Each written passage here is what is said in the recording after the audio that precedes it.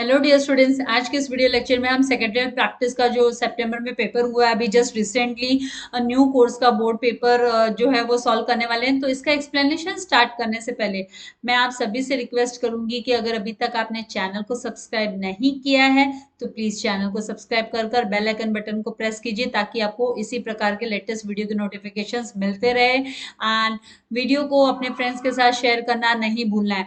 तो dear students, यहाँ पर जो यहाँ पे आपको नोट दिया हुआ है कि भाई आप लोगों को कौन कौन से जो क्वेश्चंस है वो आपको अटेंड करने हैं। सारे के सारे क्वेश्चन कंपलसरी है, figures to indicate full marks, and आपको नया क्वेश्चन नए पेज से स्टार्ट करना है। तो यहाँ पे जैसे क्वेश्चन नंबर 1 दिया है कि कंप्लीट द सेंटेंसेस, सेंटेंसेस को आपको कंप्लीट करना है। तो ओल्ड स्टॉक एक्सचेंज जो है इंडिया का, वो कौन सा स्टॉक एक्सचेंज है, तो आपको फिल करना है बॉम्बे स्टॉक एक्सचेंज। तो आपको सेंटेंस पूरा लिखना है इसी तरीके से कि answer one old stock exchange in India is Bombay Stock Exchange. Then second, the finance needed by the business organization is termed as, जो फाइनेंस की रिक्वायरमेंट है, जो बिजनेस को फाइनेंस की जरूरत होती है उसको हम कैपिटल कहते हैं। ये सब अभी आप जानते हो क्योंकि आप लोगों ने अकाउंट्स में इस टर्म को काफी डिटेल में पढ़ा है एंड आपने एसपी में भी पढ़ लिया है, तो कोई प्रॉब्लम है नहीं, आसान क्वेश्चन था। Then dividend is divided to, किसको दिया dividend is sorry paid to, तो ये शेयर होल्डर्स को दिया जाता है। Equity share holder, preference share holder, इनको रिसीव होता है dividend. Then the Indian depository act है, ये कौन से ईयर में पास हुआ, पूछा गया है कि was passed in the year dash, तो यहाँ पे 1996 में ये पास हुआ था। देन द ऑब्लिगेटरी पेमेंट जो है made by the company, company जो ऑब्लिगेटरी पेमेंट करती है मतलब कंपलसरी पेमेंट करती है अपने क्रेडिटर्स को, वो कौन सा पेमेंट है, तो दैट इज द इंटरेस्ट, उसे इंटरेस्ट बोलते हैं। देन यहाँ पर दिया है match the correct pairs of the words from the given, जो ग्रुप ए दिया है एंड ग्रुप बी, तो आपको करेक्ट मैच पेयर करना है। तो यहाँ पर दिया हुआ है ग्रुप ए में fix capital ESPS, then interim dividend, depository, then SBI। यहाँ पर ही मैंने आंसर्स टाइप किए थे, फिर मैंने सोचा कि चलो स्टूडेंट्स को है ना बाकी आंसर्स भी मैं जो है कैसे आप लोगों को बोर्ड में प्रेजेंट करना है अपने आंसर को, तो वो भी मैं आपको दिखा देती हूँ। नहीं तो मैंने सोचा था चलो मेरा थोड़ा टाइम सेव हो जाएगा, तो जस्ट आपको आंसर ही तो देना है, तो मैं यहाँ पर भी आंसर्स को टाइप कर सकती हूँ।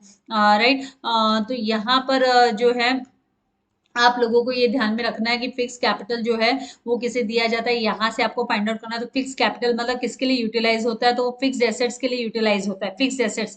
तो आपका करेक्ट ऑप्शन फिक्स एसेट्स यहाँ से होने वाला है। एंड देन ESPS जो है वो किसी ऑफर किए जाते हैं, जो शेयर्स है वो एग्जिस्टिंग जो एम्प्लॉयज है उनको ऑफर किया जाता है, तो ऑफर टू द एग्जिस्टिंग, यहाँ पर ये जो ऑफर किए जाते हैं offer to the existing employees, तो यहाँ पर एग्जिस्टिंग एम्प्लॉय सिक्स इसमें दिया गया है, सिक्स ग्रुप बी में सिक्स वाला है offer to existing employees.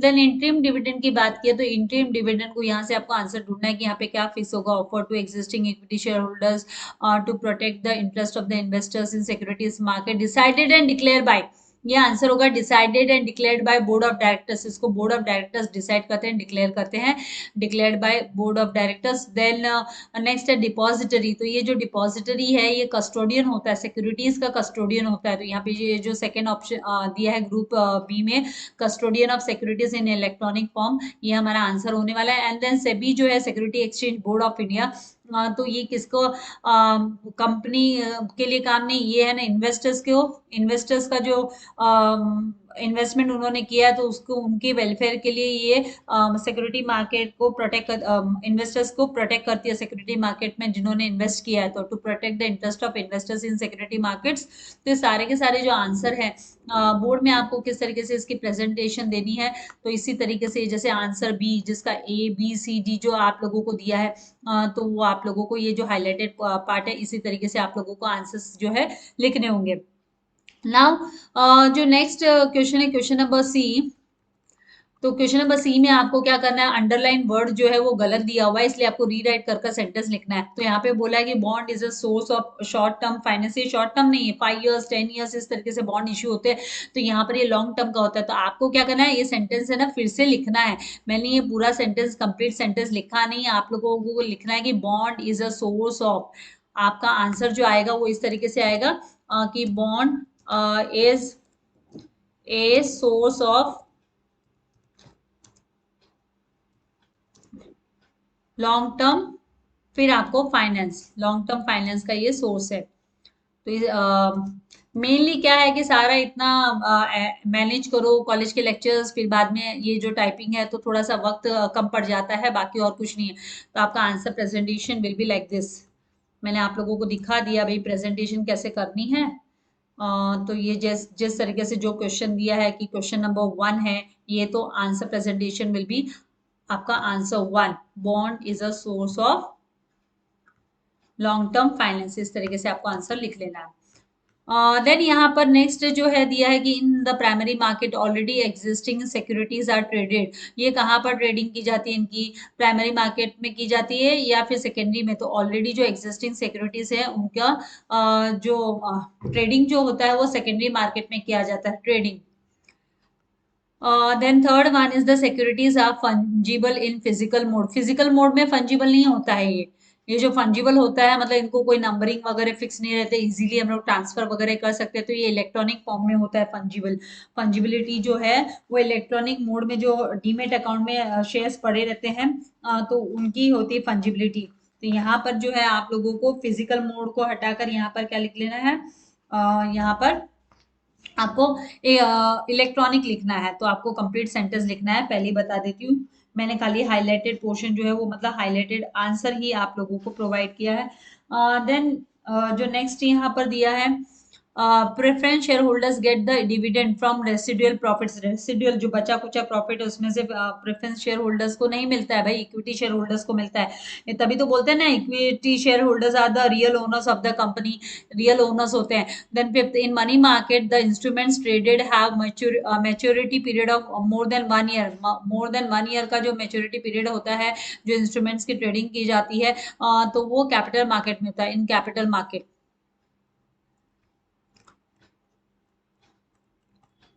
Then find the odd one out. आपको ऑड वन फाइंड आउट करना है। तो यहाँ पे जो है final dividend, interim dividend, interest. तो ये जो इंटरेस्ट इंटरेस्ट है वो क्रेडिटर्स को रिसीव होता है, एंड जो डिविडेंड है वो ओनर्स को रिसीव होता है, equity share holders and preference share holders को रिसीव होता है। तो final dividend and interim dividend share holders के लिए है, इंटरेस्ट है वो क्रेडिटर्स के लिए, डिबेंचर होल्डर्स के लिए। तो यहाँ पर interest is the odd one out. तो आपको आंसर ऑड वन, आपका जो आंसर इस तरीके से रहेगा, आंसर